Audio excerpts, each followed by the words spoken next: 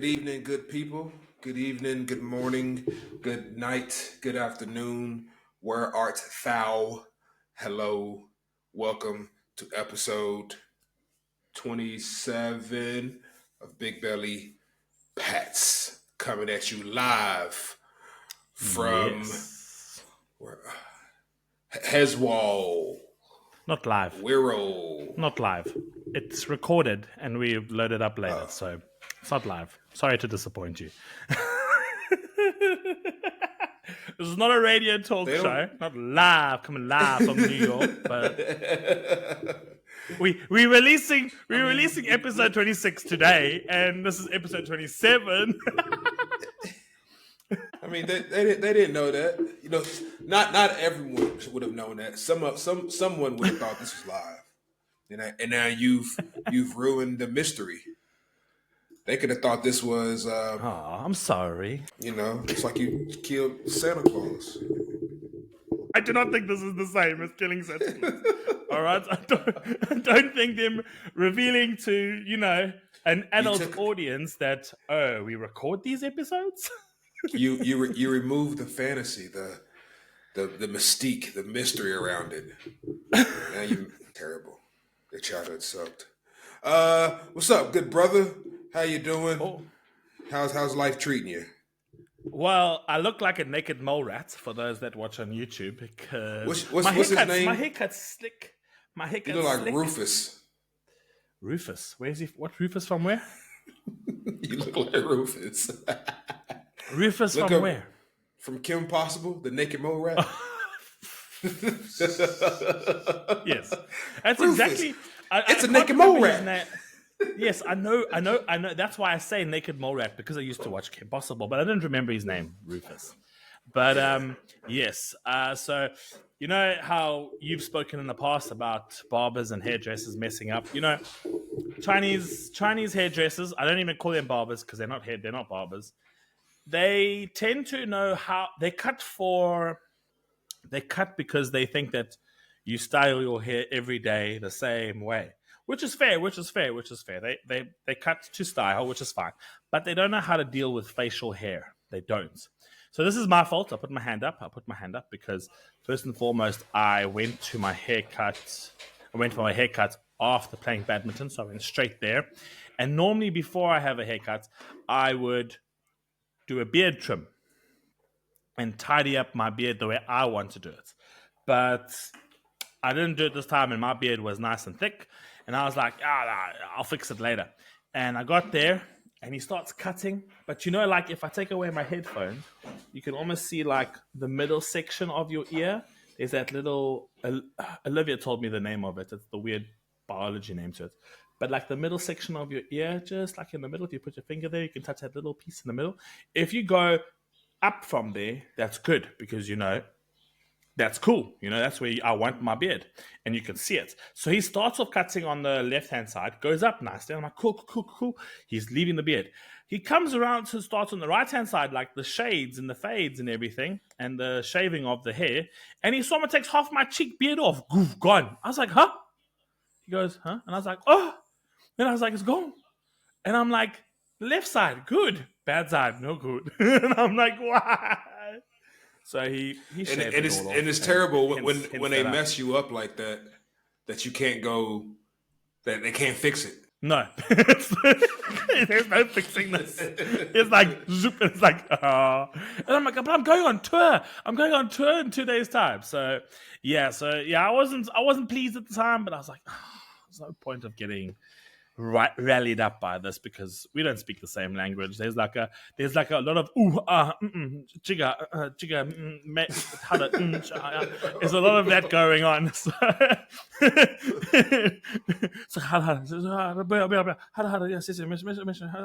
a lot of that going on, and you just like, yeah, this is. He cuts my hair okay. He cut it a bit. He left it long at first, and I was like, Jigga, and I'm pointing at my hair, and I'm like lowering the space between my fingers, and I'm just like, just make it shorter, bro. So, but the idea is that I'm going to Shanghai this tomorrow morning, 5 a.m. We fly to Shanghai, and it's a lot hotter, so it does help. You gonna have your Beijing bikini on? Actually, no. I got all my kits. I got all my coach's kits and my tour kit that I have to wear like for most of the days, which I'm really excited about. It's pretty cool. So All yeah, right. no, I'm really, really excited for this trip tomorrow. When's the last time you've been to Shanghai? The last time I was in Shanghai Was was that with with you. me? Yeah, it was with you before you left. Ooh, Our little that was boys' vacation. that was a crazy trip. That was a Indeed. crazy Yeah, that was the last time I was in Shanghai. Now I'm going for a completely different reason. I'm going to be There a you role go. model in Shanghai, not the opposites. You're going to go be an adult this time. I'm actually You're going to be really mature. excited. Yeah, an actual adult. Yeah, Nice. like I have to go every night and collect technology. Like at 10 o'clock, it's lights off in the hotel. So I'll go around with a basket and be like, give me your stuff. Like I'm taking contraband away. So yeah, so it's like, You take all their phones. it's pretty cool. Like it's been yeah, we take their technology away at 10 and then give it back at about 6:30 at breakfast. And yeah, so it's interesting. It's going to be an interesting trip. I'm really excited because you get to see another side of the students. A lot of the students that are going are actually my kids from my homeroom class. So like 14 kids, 13 of them are my frisbee players, and 9 of them are my homeroom class. So there's a nice group, a nice mix. 7 boys, 7 girls. So they're a really cool bunch of kids, and yeah, get to see a different side. We jump off the plane tomorrow midday, straight to our hotel, get some lunch, and then we play some frisbee. And then the next day, Sunday, we got a whole frisbee tournament at another school that's hosting us. So yeah, really, really looking forward to this awesome trip coming up. I'm excited, man. That's good. Good shit, man. We need more Daniels out there in the world, people. To babysit my kids. It's funny thing. So when you go on a trip, obviously a school paid trip, you need to compensate. Chaperones and teachers. So like basically you need to the group of students together need to pay for the teachers to go. And so there was a little Instagram video that I was watching once, and it's teachers that were on podcasts. And this one teacher was reading how in the UK specifically, so all around the world, it is getting expensive. But school trips are getting expensive, not field trips. So field trips are day trips, but school trips where kids go away for weeks. Well, not weeks, sorry, days. And they say it's becoming really, really expensive. But this was just a woman that was venting because the school kind of makes it almost mandatory for the kids to go on these trips. However, the teacher went onto the comment section, and you don't go in the comment section. You don't do it. And he went into the comment section, and all this guy saw was how parents were complaining that they had to pay for teachers. Why do they have to pay for teachers to go on trips? They're basically paying a teacher to go on a holiday. And the teacher's reaction on the podcast was like, hold up. This ain't a holiday. Yeah, the teachers will have fun. Like, for me, it's a rewarding trip. It's rewarding to see the kids grow. But I'm looking after your kid for 24/7. I'm watching them. I'm not lying on the beach. They're not fetching me drinks on the fridge.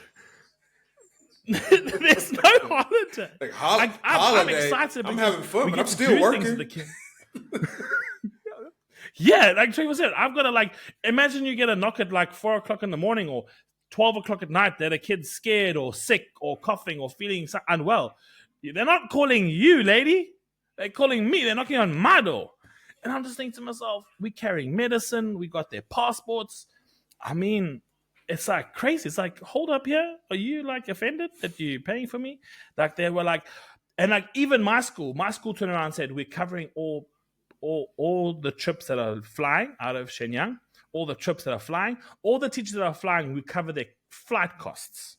We even brought it down for our parents.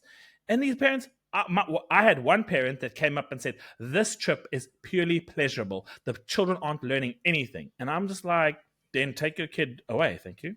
I don't need your child on this trip. Right. I don't want your child. Facts. I mean, I'd rather have parents. I mean, what?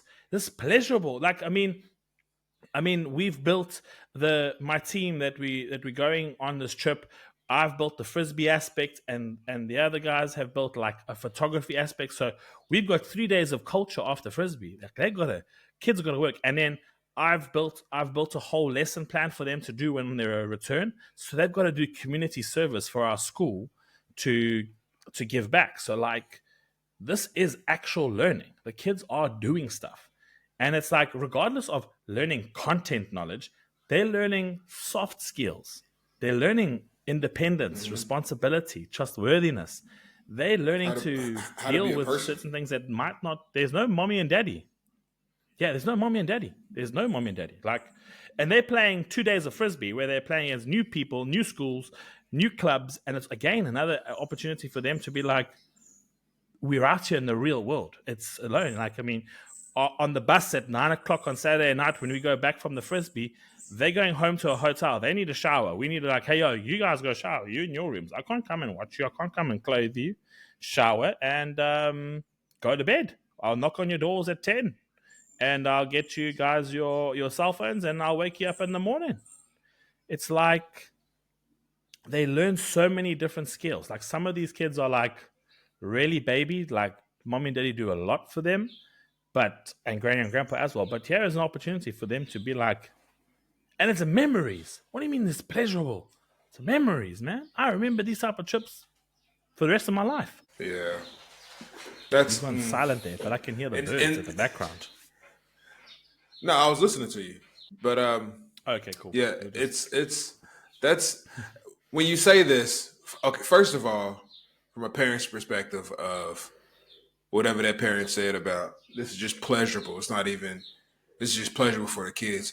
See, my response would be like, "That's cool. Your kids don't have to go.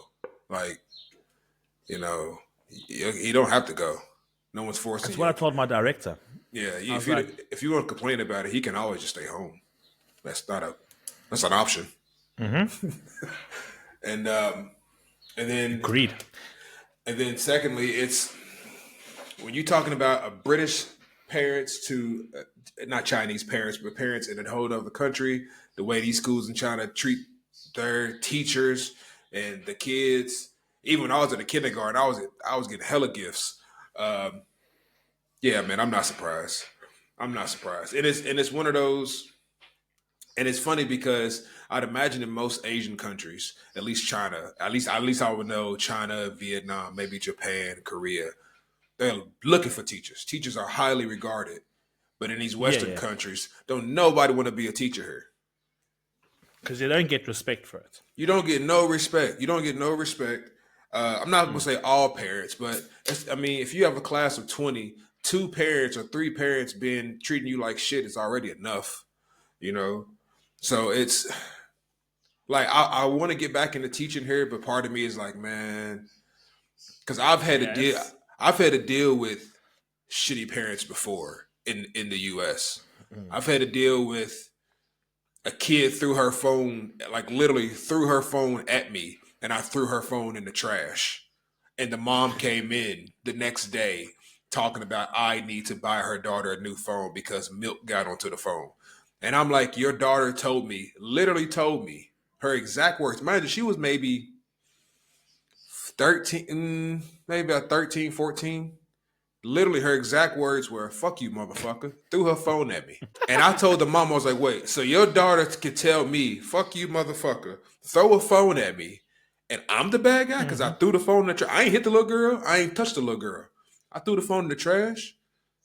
After that, I was like, I walked out of the office. I was like, I was like, I know where she gets it from.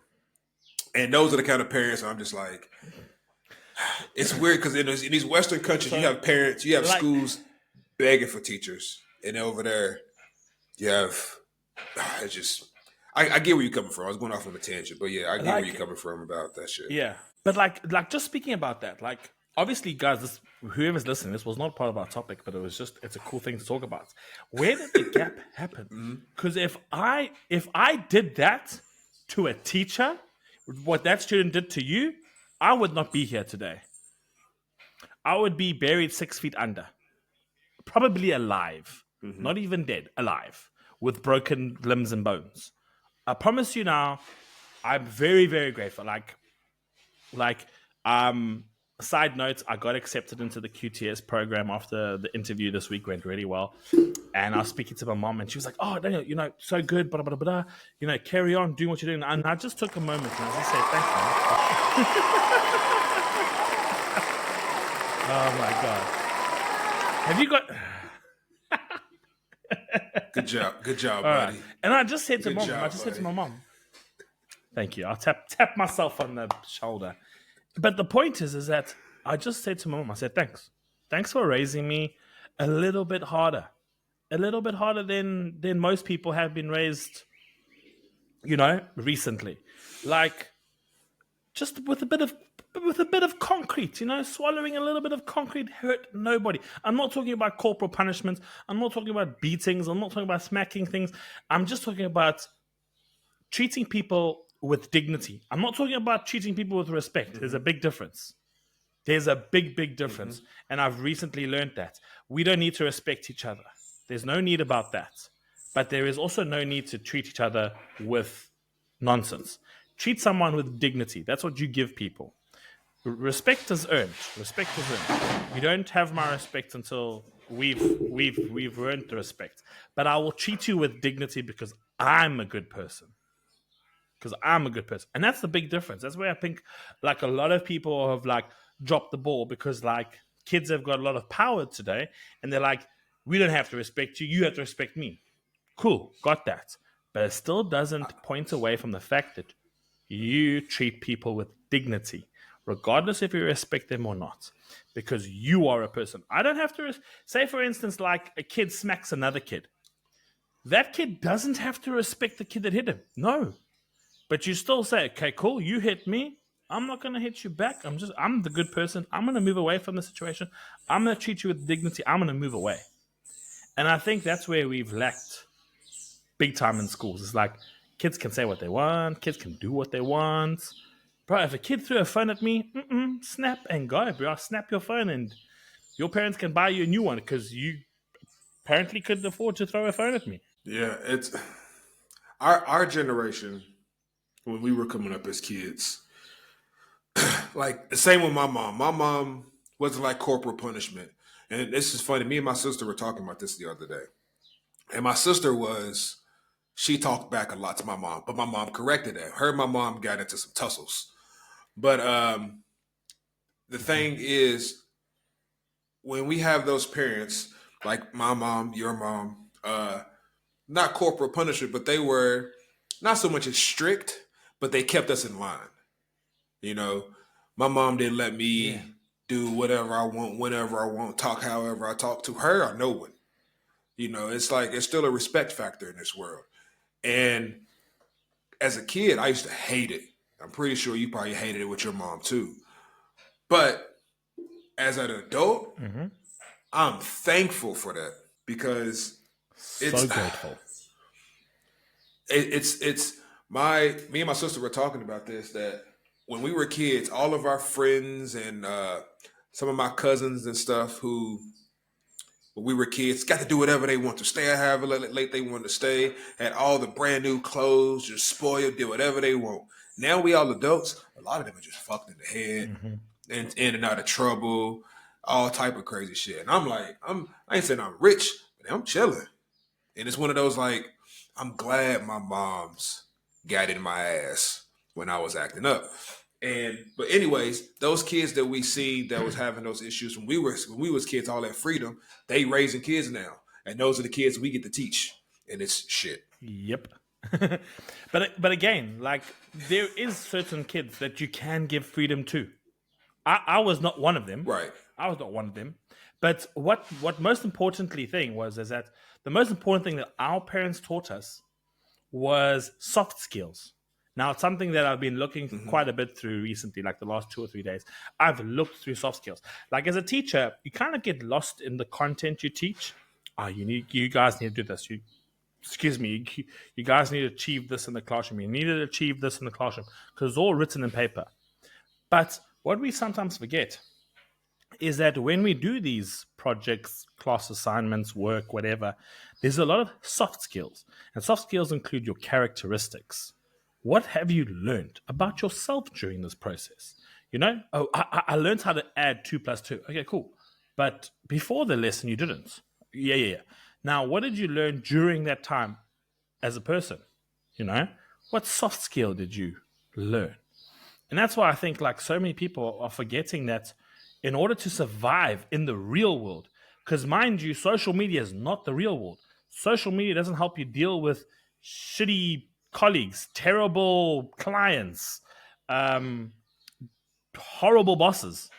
The real world, social media and schools don't necessarily always teach you that. Because once you get into the workplace, you on your own.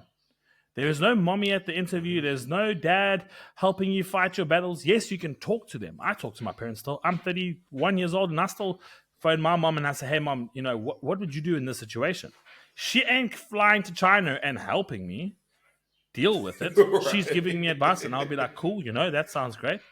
Yeah, but like, that's the biggest difference is that you find a way. Like, I'm not afraid to reach out for help, no. But also, like, there are things that you're going to have to do on your own. Period. And I think like that's what we're forgetting to tell kids.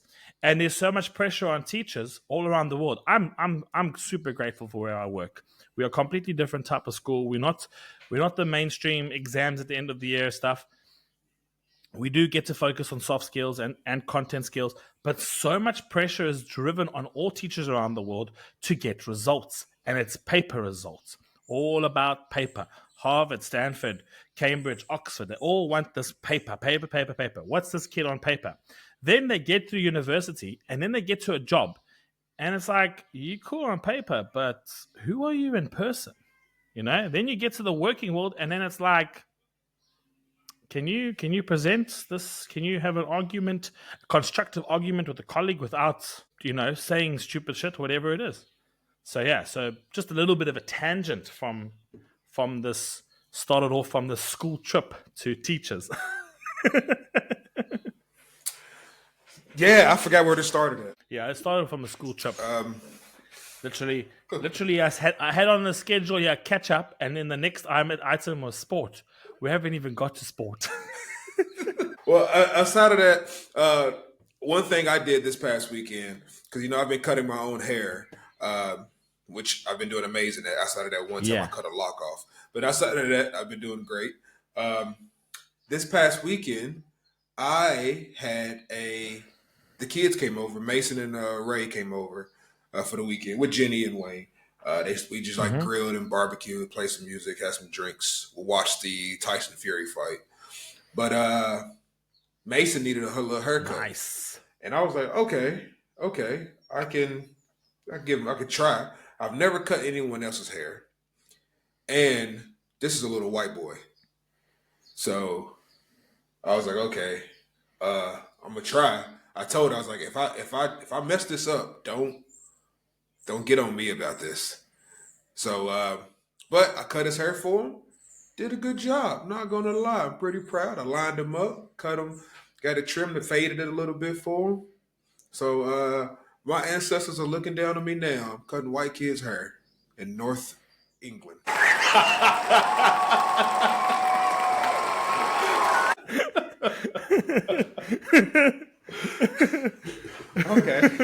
Okay. Thank you, everyone. I should get a Grammy. I should get like an Oscar or something for that.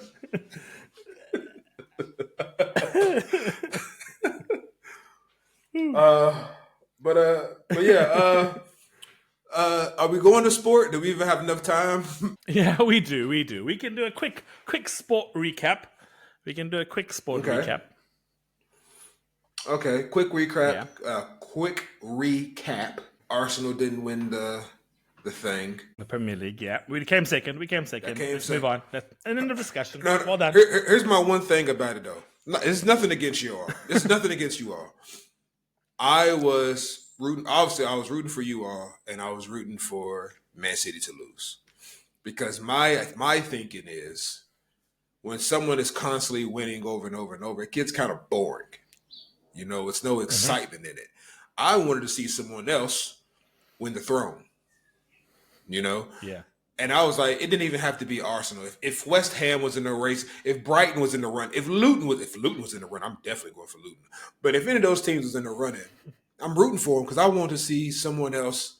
It's kind of like when in the NFL, the Patriots winning all the goddamn Super Bowls. It got bored. It's like, yo, we tired of this. We know y'all good. Please lose so we can have somebody else. Yeah.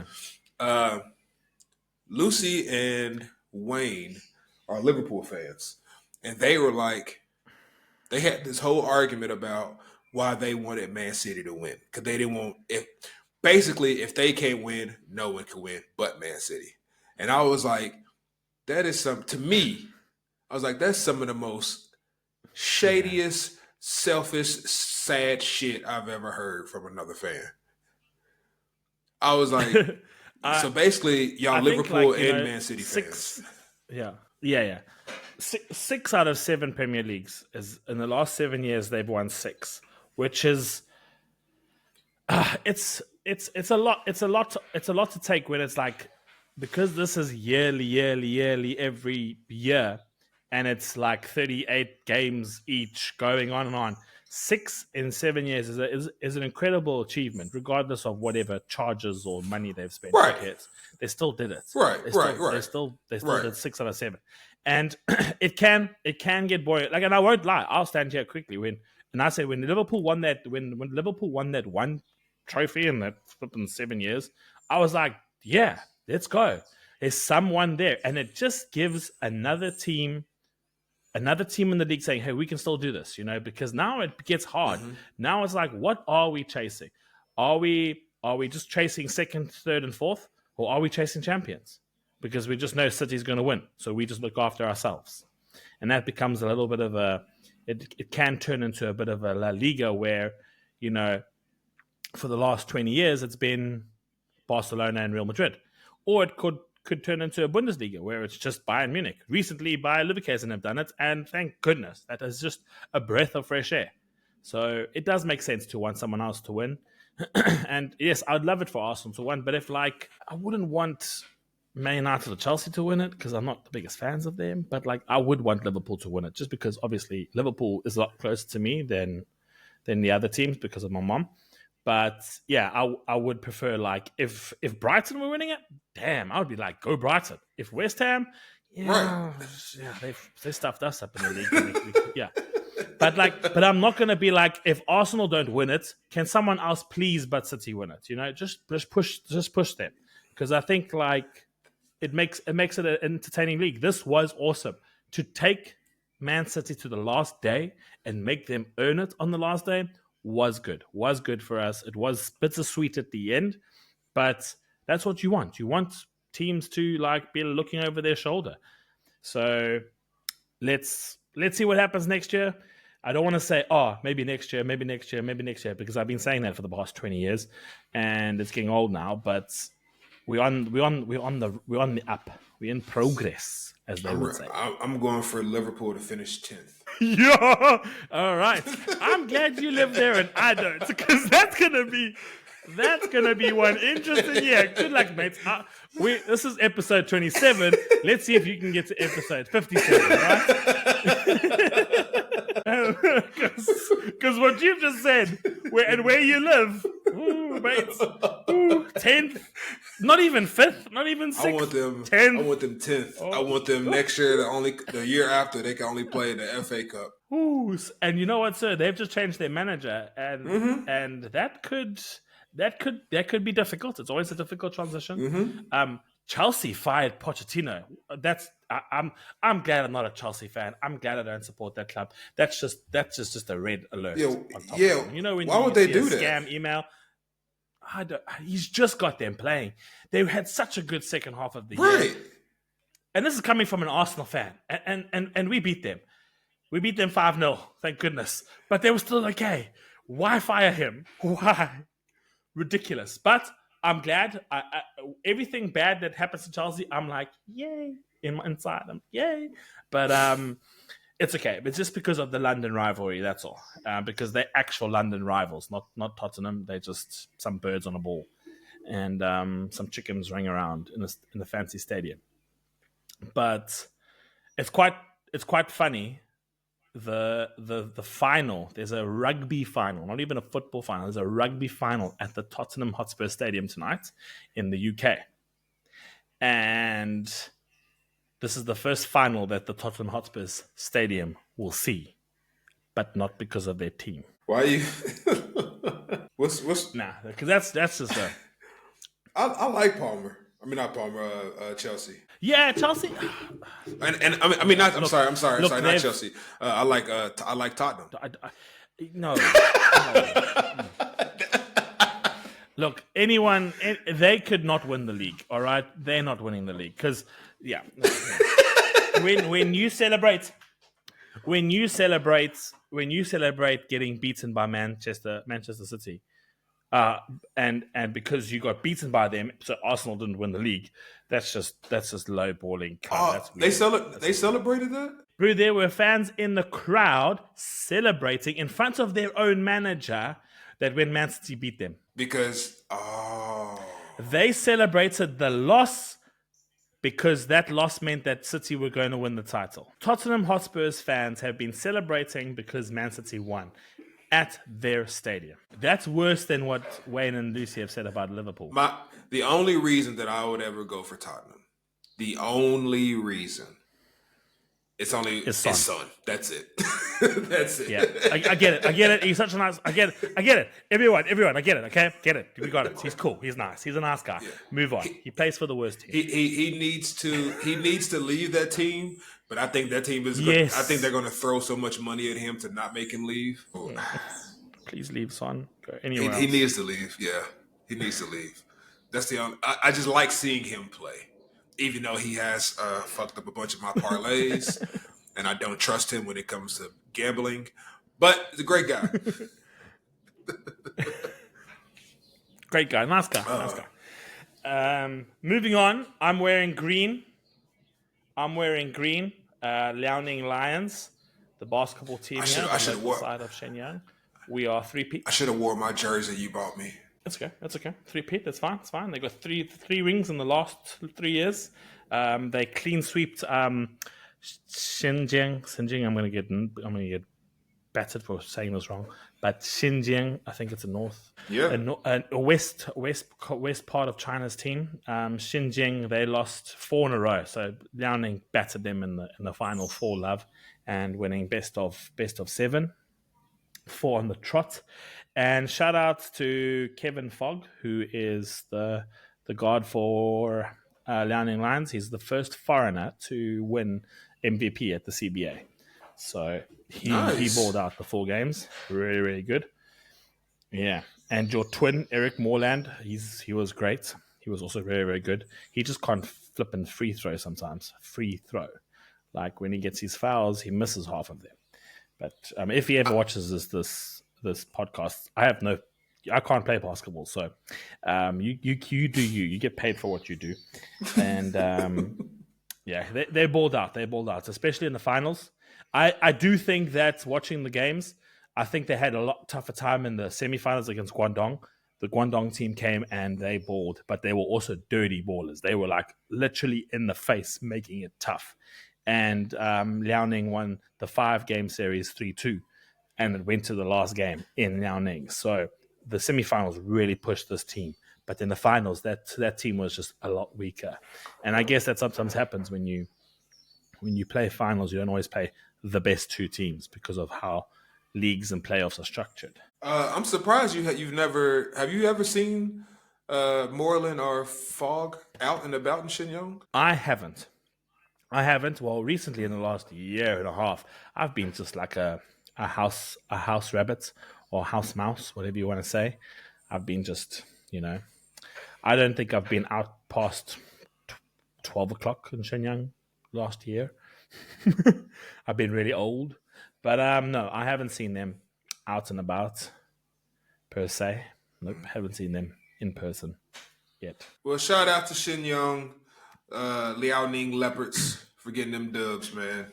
For getting them dubs, 3-peating. It's kind of what we do up in the Yang. We just get rings. Get rings. Get Get them rings. And the final sport thing that we're going to discuss, sorry, all our viewers, we know you're not all the biggest sports fans, but you've got to deal with us, is the Euros. The Euros start in a month's time. Well, less than a month now. Yeah. Who are you And backing in me the and- Euros? Well, so me and Daniel are part of a group, and we've gotten two teams to back to win some coins, like a little friendly thing that we're doing. Prior to this, I wasn't backing anyone. I could really care less. It doesn't really. I'm not European. I mean, I would say England. I just don't like the history of England, and I don't like England fans. So I'm like, nah, not England. If anything, I would go for Wales, but they're not even in it. So if I had to back anyone, I would pick the smallest market team that's in it. Whoever's projected to finish dead last, that's who I would back. But as far as our little Like tournament Albania. thing, yeah, like Albania. Yeah. I root for Albania. But if I had to right now, my teams that I was given were who was I given? Netherlands and This guy was given. I'm reading him. tell me. Hold on here. No, hold on here. I'm going to do it. I'm going to do it. So let's begin. Now, you know how the Euros are like pretty much like 24 teams, and it's 12 top teams and 12 bottom teams. Let's put it that way. Let's put it nice like that. All right. Nick goes and draws. I've got it here somewhere. He's got the Netherlands and he's got Croatia. Now, both those teams are top 12 solid European teams. Wonderful. Great draw. Another friend of ours, Louis, another South African, goes and draws Germany and hold up, wait for it, Spain. Germany and Spain. And I'm like thinking to myself, what on earth is going on here? Then you have, then there's another one. I think James got, there was another one here somewhere. Adam? He got Belgium and no, Adam got England, and I'm looking at the list here. Adam gets England and France, and I'm like thinking to myself, so where are we drawing the line here? Six teams to 3 people, and like I'm just thinking to myself, that's the top 6 teams gone, boom, bye, to 3 people. I'm like, damn, and then wait for it. I've got a country going through war, Ukraine. Like bless their souls. They're amazing. They got good players, but you know they don't have a country to train in. And then I got Hungary, and I mean like I can barely pronounce a player on the Hungary's team. So like Salvasly plays for Liverpool. That's what I know. And then no. So Slavosly plays for Liverpool, and then Sesko, I think his name is Sesko. I could get wrong. Sesko plays for RP Leipzig in Austria, and I'm thinking to myself, that's it, 2 players. I mean, not even like Turkey or Czech Republic or even Italy. I would take it, but no, Ukraine and flipping Hungary, and I'm just thinking to myself, what did I do to deserve that? Jeez. It's. I will say, because I didn't see the drawing at first until you messaged me. Then I went to go look at the video that Alex posted. And when you first messaged me, you was like, how the fuck you get Netherlands look Croatia? And I was like, I was like, I don't know. I didn't even see the drawing. But then I was like, well, let me go see what everybody else got. But then you told me Ukraine and Hungary. And I was like, ooh, okay. All right. Okay. And then I went to go see everybody else. Yeah. And then I saw Adam had England and France. I'm like, okay, all right. That's so Something's up, right? Something's up, right? Right. Yeah. And Louis has Germany and Spain. You guys, hands down, have the quarterfinals. That's it. There we go. So and 2 other scraps, as Dev would say, scraps would be there for the top 8. We've already done it, and I feel like we can't go back now because it's going to piss too many people off. But because of this, what we should have done, I think Jordan suggested it. We should have had the top 6 teams and the bottom 6 teams or whatever. And then you get one from the top and one from the bottom. Still keep it random, but you get one from the top, you get one from the bottom. Yeah. That is true. And you know what? I actually did that because the Rugby World Cup, I let my kids play like a little fun pool game. And I said, here's the top 10 teams, here's the bottom 10 teams. And I said, you're going to get two each, one top team, one bottom team. And that's what happened. So, like, and it kind of made it fair because everyone was like, oh, I got a small team and a big team. But it's okay. I mean, it's fun to watch and it's fun to be part of it. And at least there's a prize for the most conceded goals. So hopefully I get one of those prizes.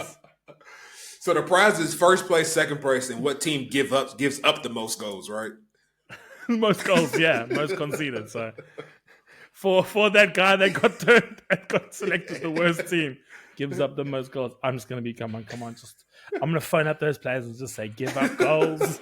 All right. So what questions you got for me, man? You said you had some weird questions. Yeah, we can leave the one debate for another time. But I got some questions here, and I found like we could like slip away from the expat style and dive deeper into who we are and everything. So let me go here. All right, so I'm just going to pick random questions. I've got a list of like 40. I'm not going to ask you all of them. Don't worry. But if I had to ask you, let's see. Let's see here. All right. What's one fear you want to master? A fear that I want to master. Oh, Yes. I don't know if I have like an actual like it's nothing that I'm very terrified of this one thing. Um, I don't know, deep water, open, deep, dark blue water. That scares the shit out of me. If there's water around me, like in the middle of something, and there's not a boat that I can grab on real quick, that would terrify the shit out of me. I just don't trust the ocean. So if I can master Fair that enough. and be like some type of boatsman or deep sea diver or something like that, that would be amazing. I don't think that my skin color fits that bill, but I would be down to master that. Fair enough. Fair enough. I will one up that and be like, the fear that I want to kind of Women. master is the fear that I want to master is trying to not worry about what people think of me. So trying to be like more self-confident and not worry about what other people could possibly think or say You about sound me. Chinese. So I feel, You huh? sound Chinese. Nah, I'm not. I don't think I say I sound Chinese. I think I've always battled to be like, oh, what does this person think of me? And I don't always say it out loud, but yeah, I think sometimes I try to care too much of what people's opinions about me, or harp on certain things. So pretty much master the fact that I will keep doing me regardless of what other people think. So that's good. That's This guy, I'm not and mastering the and fact. I'm not mastering the fact that I'm scared of birds. What am I going to be? Fly with birds? Be a bird handler? No, thank you. I'm still not doing that. I don't like them. I didn't know how deep we was going with this question. um, I mean, it's like if we're going to that level though, that's a hard one. Like I would need at least an hour to even think about that because, like, with your point, what you brought up with something that you wanted to master, having people not caring what people think about you. It's hard for me to like relate to that because I've never really, outside of like playing football and trying to go to a certain college or something like that. Outside of that, me personally, I could never care less what people thought of me. With certain people like my mom, yeah. But Okay. but going off of that, uh, if I could think of something, I think I would. I think I would master fear of seeing how I see myself. So a lot of times, I personally, whether it be in the mirror, and the things I could probably change. So just need like a little bit more of a drive. I Hmm. just need more things to fall in place. Um, but it's where I'm at now and as a 33-year-old man, sometimes I'm like, I feel like I should be further, or I feel like I should be more Mm. successful, or have more money, have this, and this. And it's been an issue. And even when I was 25, I was thinking like, oh, as a 25-year-old man, I should be doing this and this and this. Granted, where I was with 23 or 25 to where I am now is a hell of a jump. It's still a progression for damn sure. But it's just like, man, Mm. like when I'm 33, I should be doing this. But it's been a struggle. Something I've been working with is Yeah. a lot of that has been coming from trying to compare myself to someone else who was around my age. Because I would think my dad at 33, and in my head, my dad was probably doing good at 33. And when he was Mm. 33, I was, I think, 8 or 9. And from what I can remember, that man was not doing great. You know, I don't know if he was exactly 33, but it was a struggle. He didn't, my dad, me personally, I feel like he didn't really like level out until I was maybe about 16, which probably made him about 40. So I'm like, okay, maybe I'm doing better than him. Yeah. I don't have any kids yet, but maybe I'm doing better than him. Shout out to my pops. There's no slide against him. But then, like, I think when I see, and that's one of those things I only use social media to mostly laugh and do sports. I unfollowed a lot of people because I started like comparing myself. Like, oh, this guy I went to school with, Yeah. who's 30, 32, 30. Oh, he owns 5 houses. Shit like that. Like, but it just I had to stop comparing Yeah. myself because me and that person we did different steps. I don't know his background. Maybe he worked for it. Maybe it was given to him. Hmm. I had to stop comparing myself and really looking at it like, man, where I'm at right now, I'm happy where I'm at. I'm comfortable where I'm at. And everything that I'm doing is a progression from what I was doing last week, last month, last year.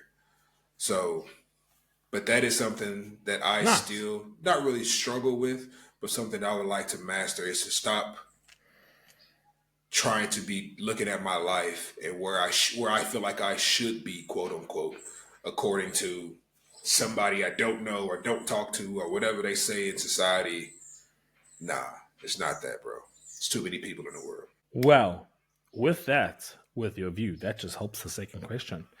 How do you define success?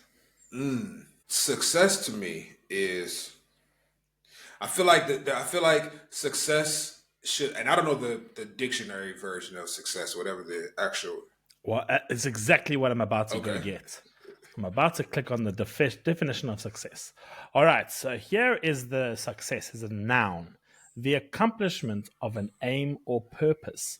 There is a thin line between success and failure, the right. good or bad outcome of an undertaking. So going back to then, success is either you setting a goal for yourself and you've completed that goal, or I can also see it as, are you just like your life scope? Are you progressing? Is it every year is something increasing, is Hmm. something stepping up? Doesn't even have to be financial or your job or a relationship. Just you yourself. It could be a mental thing, a physical thing, whatever it is. Are you Yeah. progressing? When people see, oh, success is you got to be rich, you got to have all this money and these cars and blah blah blah blah blah. That's not. A lot of them people Hmm. probably feel like shit on the inside. You know, that's not. Everyone's success is different. You know, I from where I was at 23, 24 to where I am now, that is success. Hmm. That is some success for me. That's some Yeah. successful shit. For all my homies that knew me when I was in school, I was fine. But the gap between graduating college and coming to China, there was a gap right there of me living in Tennessee, me living in Kentucky, me living in California, and it was not great. Financially, not great. Physically, not great. Mentally, not great. Family was okay. Relationships was terrible. It was just a whole clusterfuck of tomfoolery. Take that gap out to where I am now. Hmm. I've taken it to a whole nother level. And yeah, so that's Whole nother success level. is Higher success to place. me Higher is place. are you it's whatever success is to you. Success is a very fluid word. I think that's a term that you have to Yeah, use I nowadays. totally agree with that. Yeah, it's because my success is different from Daniel's success. And I love him to death, but there's things he's doing in his life, things he's doing in my. We have two separate lives. We have two separate lives that we're leading. So we have different success. But I can see Daniel, and I know that's a successful man, and he's still trying to find more success, and he can say vice versa. So it's all success is very fluid, and then you can have your day could be successful, but you could have a failure in your day at some point. You know, um, we were playing football. We took a loss. That was a failure. That loss because we didn't succeed at winning. That was a failure. But the rest of the day, the morning was solid. We was chill. After the game, we linked up. Everyone's happy. Everyone was chill. You had a good evening. You had a good night. Your body's fine, et cetera, et cetera, et cetera. That's a successful day. So it just whatever you think it is what Nice. success is. All right. Last question, because we're getting close to Yeah. that time. What's one truth? What's one truth you've learned about being a human? Ooh. Where are you getting these questions from? First, it feels like an interview. What? I was just saying, like, I was researching stuff for the podcast, and I was like, there's only so many questions you can ask expats, but like, we can spin these questions and put like an expat point of view to it. And I think with that question, what's one truth you've learned about being a human? Is that my perspective of humans has changed Yes. drastically since moving to China, like drastically. And the thing is that you still like, because of the backgrounds we've come from, and you still kind of like, you still got those perks where you still have like your growing up stuff and stuff like that. So you still have certain like stereotypical views of people when you like first meet them, or when you're joking around with your friends or whatever. But one thing I've learned over the years living in China is that every single country has good people and bad people. No matter where you Facts. are, no matter where you go, I cannot go and say all Americans are this, all South Africans are this, all Africans are this, all Europeans are this.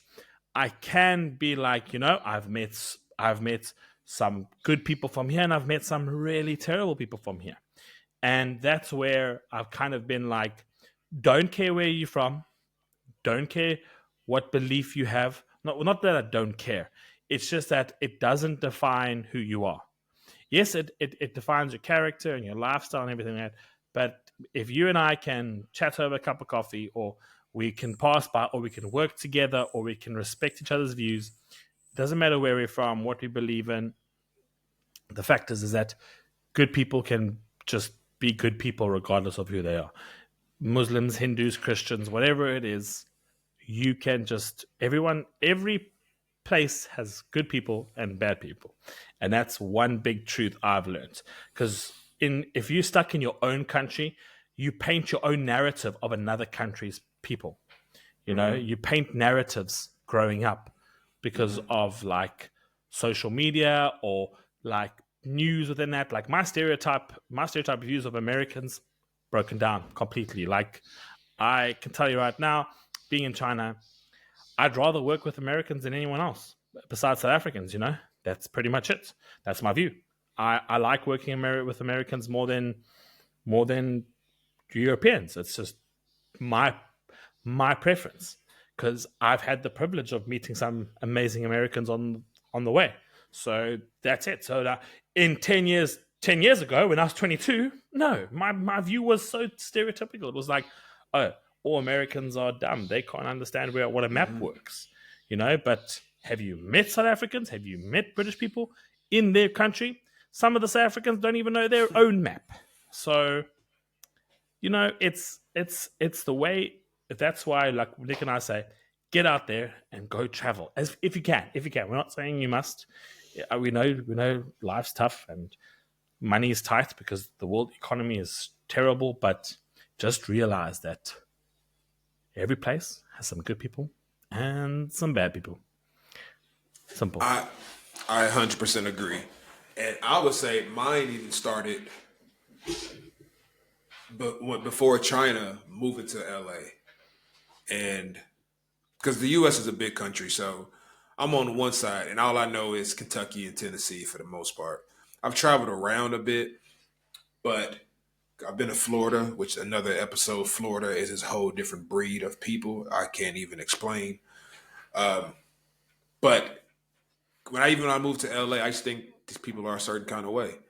And then when I got there, and I was like, yo, it was some actually cool people. But but on a grander scheme, on a larger topic of that, like you said, before I moved to China, man, I used to, like, no offense, Chinese people eat their dogs and cats, and they all short and whatever old racist ass thing that I believe that I heard on TV or the U.S. news or whatever it is.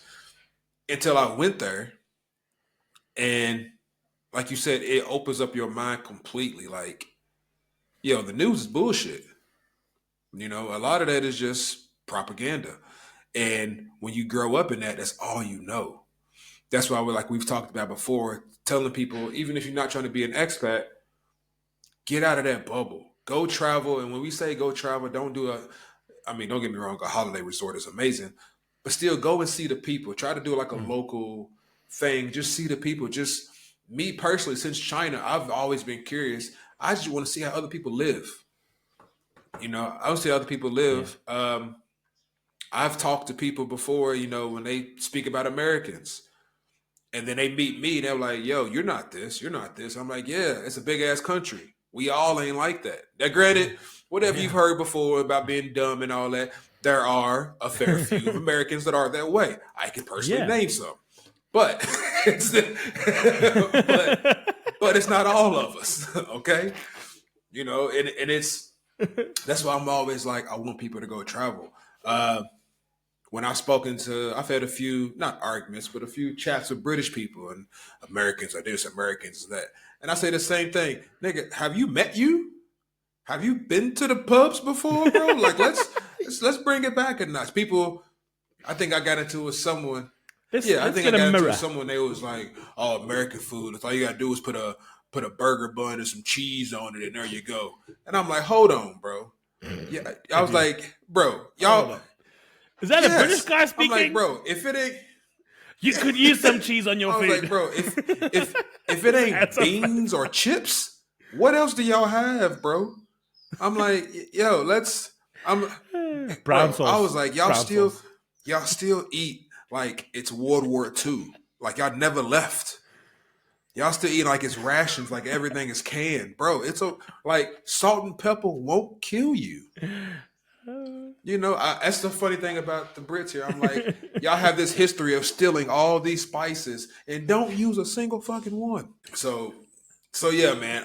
To be human, English food, bro. Don't even get me started, man. I would say South Africans, y'all have like particular I know. South African food numerous times. Yeah, yeah. So if you want good British food, go to some Indian. Indian food is good British food. British food, no, you can make that at home. Make a fucking sandwich and slap some beans on it, and there you go. Delicacy. But anyways, all right. So, do you have a dad joke for us? Yeah. Oh, sorry, I've interrupted you there. You good. I do have a dad joke. We need to wrap it up. Finish your thought. How many do you have? I have one. All right. Okay, we do one each. That's fine. One each. You go first, sir. All right. You ready? Hold on. Are you about to press the drum roll thing? There you go. See, I knew it. I'm getting ready. Well, we can do the drum roll. The drum roll. No. Not the drum. It'd be drum joke. It'd be like dum. That's what that one is. Yeah. Okay. All right, sir. When you're ready, fire away. What does the ginger do when he wants to high five a friend, he claps. Shout out to all my redheads, my day walkers. What's up? Savage. Episode 27. Rest in peace, Big Belly Pats. What's your joke? Yeah. All right.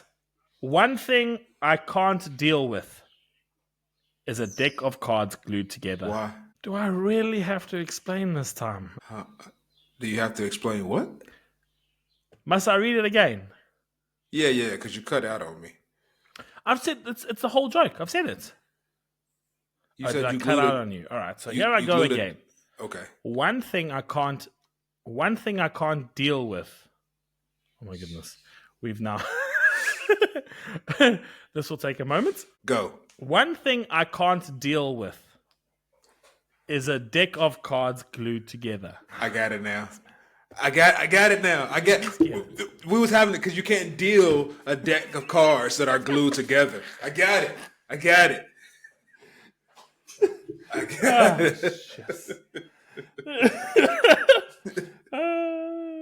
Do you want to hear another one? I got another one for you.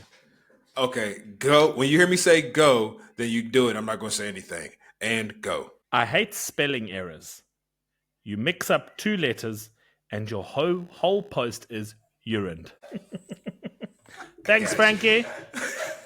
That's not even Frankie. I don't think it's Frankie. Is it not? Damn, I thought it was Frankie. Nah, Frankie's on the couch sleep. Yeah. All right, good people. That was All right, episode I think that 26, is the 27? 27. Episode Arsachi. 27. Arsachi. Arsachi. What's the number for Chi? No, it's 8. That's 6. Chi. It's like you're holding your two fingers together on your Yeah. thumb. Arsachi. This is number 7 in Chinese. Wo Liu Chi. Ba Jiu shit. All right, it's Arsachi. Good people, thank you for listening to us. Talk to us, or not talk to us. Talk about us. Tell your friends, tell your mama, tell your daddy, tell your girlfriend and your mistress. Do what you got to do. Talk about us. Spread the good word. Good people. We need more people like you in the world. Big belly pats. If you don't got a big belly, you're slacking. You're not eating good. Peace. Cheers.